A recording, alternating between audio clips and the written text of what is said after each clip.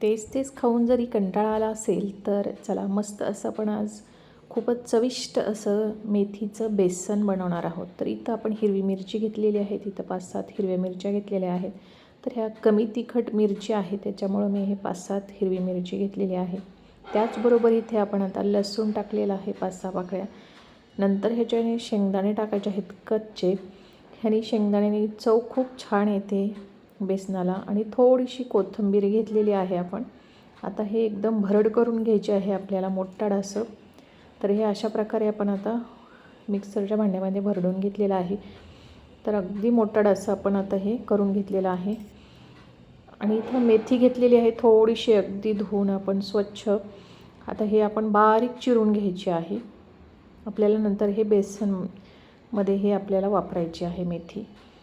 तर इथं मेथी आपण बारीक चिरून अशी घेतलेली आहे. बारीक चिरल्याने मिक्स होते त्याच्यामुळे हे आपल्याला बारीक चिरून घ्यायचं आहे. आणि इथे असं बेसन पीठ घेतलेलं आहे. हे पिठल्याचं बेसन असतं थोडंसं मोठाड असं, ते आपण घेतलेलं आहे. तुम्ही साधंही वापरू शकता.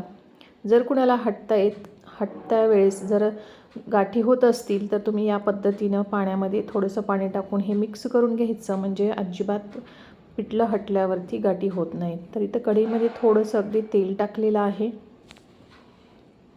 त्याच्यामध्ये अर्धा चमचा मोहरी टाकलेली आहे, नंतर जिरे टाकलेले आहेत. आपण जे वाटण केलेलं आहे चांगलं जिरा मोहरी भाजल्यावरती तळल्यावरती त्याच्यामध्ये आपण हे वाटण चांगलं परतून घ्यायचं आहे. याच्यामध्ये आपण कच्ची मिरची, लसूण, कच्चे शेंगदाणे घातलेले आहेत. त्याच्यामुळे थोडंसं नॉर्मली आपण चांगलं लालसर इसपर्यंत परतून घ्यायचं आहे. तर मस्त असं आपलं वाटण परतून झालेलं आहे. ह्याच्यामध्ये आता थोडीशी चिमूटभर हळद टाकून घेणार आहोत. हळद टाकल्यावरती थोडंसं अगदी परतून घ्यायचं आहे. नंतर आपण ह्याच्यामध्ये मेथी ॲड करणार आहोत आपण चिरून घेतलेली. तर मेथी थोडीशी परतून घ्यायची आहे मसाल्यामध्ये.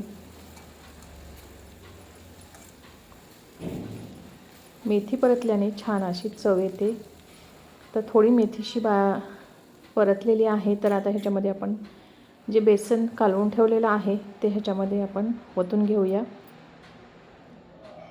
तर लगेच आपण ह्याच्यामध्ये चवीपुरतं मीठ टाकायचं आहे आणि नंतर हे पळीनं आपलं हलवून घेणार आहोत.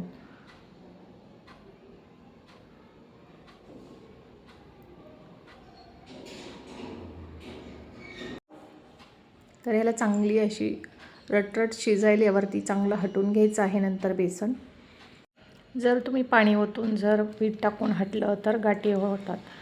त्याच्यामुळे सोपी पद्धत आहे. बेसन पिठामध्ये ती पाणी ओतून थोडंसं मिक्स करून घेतलं म्हणजे अजिबात गाठी होत नाहीत. तर असं रटरट शिजायल्यावरती थोडं हलवून घ्यायचं. मस्त असा खमंग वास येत आहे. चला तर मग मस्त आजचा मेथीचं बेसन मस्त भाकरी किंवा चपाती तुम्हाला जे आवडेल ते तुम्ही घेऊ शकता आणि मस्त असं जेवण करू शकता. तर व्हिडिओ पाहिल्याबद्दल धन्यवाद.